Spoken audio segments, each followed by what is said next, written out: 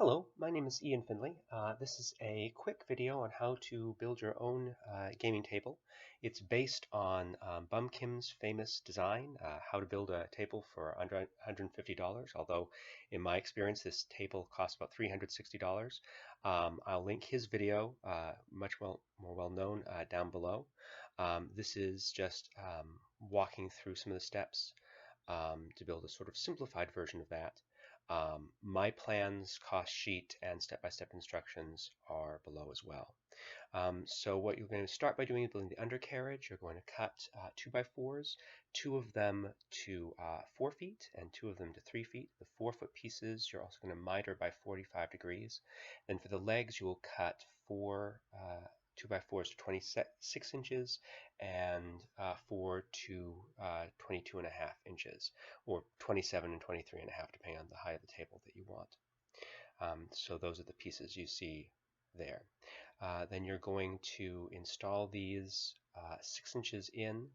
This is the 4-foot piece, and the two 4-foot pieces and the two 3-foot pieces.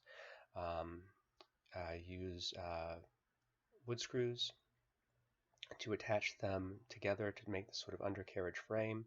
Mark it out in pencil on the 4x4 3/4 plywood that you're using for the vault floor.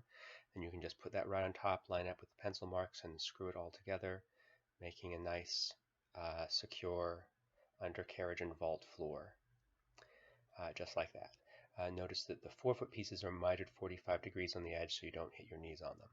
Then you're going to screw together the 22.5-inch pieces with the 26-inch pieces to make the legs. Bolt them to the, clamp them to the undercarriage, drill through with a 5/8 inch drill, and then you can use 5/8 screws, bolts to hold them on, just like that. It's pretty secure that way. For the outside, you're going to cut pieces of 1x4, 2 of those to 4 feet, and 2 of them to 4 feet 9 inches. Then you're going to use wood glue and a nail gun to initially attach them to the table, and then screw them in with the wood screws. You want to work slowly there if you're not pre-drilling holes, so it doesn't split the wood, because the wood is fairly soft and fairly thin at that point in time. This is building the internal walls. They are 2.5 inches up from the surface of the vault. Then you're going to attach these 3 3/4 inch pieces of 2x4 to the sides there. Use a nail gun and then screw them in. Then you're going to attach the facing to that. This again is 1x4 that you've mitered the sides by 45 degrees, so it'll be nice and even along there. You're going to mark the center of them and router it out, or jigsaw it out to put your electrical outlets in. I'm just putting in 2 electrical outlets instead of the 4 that Bum Kim has. Once you have those, they will again be wood glue and nail gunned onto the ends of the those blocks. You'll see me doing that now. You're not going to use screws for this one, otherwise you'll have screw heads showing on the outside. So you see me attaching those there. Again, these are mitered 45 degrees so that they fit right flush against one another at the corners. Tools for this included drill, nail gun, the miter saw, hugely valuable. You'll see an orbital sander later. Now we're putting in the tops of those rails. This is 1x6, which is cut to 4 feet and 11, and it's cut to 411, just as the side pieces are. And then it's mitered 45 degrees, so those pieces all go together, just like you see there, and it just goes right on top. Then you're going to mark and cut out with a router or with the jigsaw where you want your dice trays to go and where you want your cup holders to go. I used a miter saw to get the cup holders. I think I would have done better to use sort of a round router instead. And I just put one on either end. You can easily sit 8 people at this table, but I typically only game with 4, so I just did one dice tray and one cup holder on each side, always on the right side there, but you could do as Bum Kim suggests and have 2 dice trays and 2 cup holders. There's plenty of room for that. It's entirely up to you. And these are just getting cut out. The dice trays will be have a piece of thin sort of plywood at the base of that, forming the bottom of that. It will have some of the same neoprene um, that's going to line the table. That will fill that. Yeah, I'm cutting the neoprene for those right now. I did this a little bit wrong. I made the dice trays a little bit too big, so I had to staple the neoprene to the bottom of the 1x6 boards, which is not the ideal thing. It really would be to attach the neoprene to the bottom of the thin plywood that's going to be the base of those dice trays and screw it on. But you learn from your mistakes. One way or another, you use that plywood, you attach it there to the base, you flip it over, and then you use wood glue and the nail gun again to attach those 1x6 pieces to form the top of the rails using the nail gun here. It's not the best connection in the world, but again, it's so that you don't have big screw heads sticking out of the top of your table. This form, the facing is typically done with the nail guns, and the internal sort of support stuff is done with screws and such. You can use wood filler both to cover up the nail heads, which is nice, and also if those miters on the very corners there aren't exactly right, wood filler was a huge saving grace on that as well. So that's the last of those top pieces getting put in there.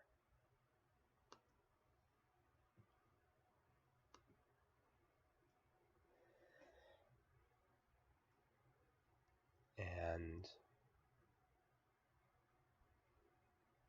just checking everything off checklist. I did find that was very useful to have that together. What I'm doing now is getting the 1x1 trim that will form the ledge for the top. I have 4 pieces of that cut to 4 feet, and those are mitered 45 degrees as well. Those are going to be wood glued and nail gunned right in at the where the inner wall hits those 1x6 tops. So it's basically 3/4 of an inch down from the very tip top there, and that's going to form the ledge that the tabletop is going to sit upon. Again, using the nail gun to hold that in, you can see that ledge goes right around there. And this is 1x12, 2 8-foot pieces cut to 4 feet, and then one piece of 1x3 that was also cut to 2 pieces of 4 feet. It's not exact, so I'm sizing it and marking it so that all of the pieces of 1x12 can fit at the narrowest part of the table, and then that piece of 1x3 goes in the middle. And I'm adding a little bit of a extra detail to this piece of 1x3. I'm taking the other piece of 1x3, 4 feet, and cutting it an inch short on each side. And then, as you see there, I am gluing it at 90 degrees to the other 1x3 piece. I have to clamp it. I have to find a bigger clamp to make that work. And then I'm going to use a nail gun to connect those as well, nailing it there. And that way, that little filler piece, and I'm also drilling a 1-inch hole right in the middle there, so you can lift it out. That 1-inch piece becomes sort of the middle piece of the table, but it also has that little drop you can see, so you can have an upper and a lower level of the table. Now I'm just using an orbital sander just to sand everything 220 grit. I did find that the battery pack here didn't last very long, so I ended up using a corded sander for some of it as well. Otherwise, it was really sort of quick and easy going getting it sanded, but you do want to get everything well sanded before you start doing the finish. And then I just use the Polyshades finish on this, which is a 2-in-1 stain and polyurethane finish. Lots of people don't like it. I had no problem with it, actually. The real trick was doing the last step of waxing, which I'll mention. I did pre-treat with the Minwax wood conditioner. I'm not sure how useful that is. Some people seem to like it, some people don't like it, but I went ahead and pre-treated that. That's sort of an optional step. So I just put a coat of that underneath everything, let it dry for 15 minutes, and then I apply the first coat of the stain. This was the Bombay Mahogany. You want that to be a pretty thin coat, and you do want to line it off. I'll put in a link for the video I watched on how to apply this. And then I let that dry for overnight, and I applied the second coat, which in this case sort of acts as the polyurethane. I don't have video of that. That happened the next day. That next day I also started working on the installing the electrics, which you'll see. I don't have video of installing the first socket that goes to the LED lights, or the other socket, but you'll see me putting in the third socket and get a sense of sort of how that goes. But this is still me just putting on that coat of stain on everything, a very thin coat, and then it's sort of brushed off at the end there very lightly. Tipped off, I think it's what it's called. I don't really know. That's everything stained, and this is me putting in, after the other coat of stain, I found that my holes were too small. They want to be the size of the actual safety box, so you can just put the box right in there. You want those low profile ones, and then you wire the cable into your electrical socket. So stab right into the back of the electrical socket. You get a good one, screw the socket in, and screw the faceplate on there. I would certainly take a look at Bum Kim's video on sort of how to wire those. What I'm doing here is cutting 3/4 round trim to 4 feet, mitering that by 45 degrees. That's going to hold in the neoprene, and I'm just cutting the neoprene to fit for the vault floor. Make some adjustments to that, and then that's going to go in, and then that 3/4 round is going to go in the corners.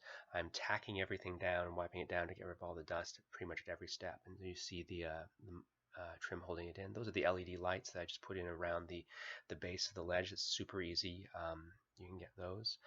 Now I'm cutting the trim, the outside corner trim for the dice trays. This was more complicated, and I'll link the really great video I watched to try and get them so that they would be nice and square. But this is just outside corner trim measured to fit inside each of the dice trays, and then mitered 45 degrees in and out. And I'll link that video because it's not hard, it's just slightly complicated, but that means that the angles are all correct and everything fits neatly in the making those nice neat little dice trays right there. And that's the finished table. It took me about 25 hours total to build, $360, and I'll post all the stuff. This is the last thing. This is actually super important. This is my favorite step of this. I will post the video for this as well. This is a waxed finish that really makes it look like real furniture as opposed to just some wood you threw together. You're using 000 steel wool and finishing wax. You get some wax on there, not too much, and then you buff it all over, and that sands down any imperfections in the finish while also being lubricated by the finishing wax. And then you buff off that finishing wax, and it leaves this beautiful, very sort of touchable satin finish that's just beautiful. It's my favorite part of the whole table, actually, is that very professional finish. And again, I'll link the video that I watched to get that. So yeah, that's how to build the table.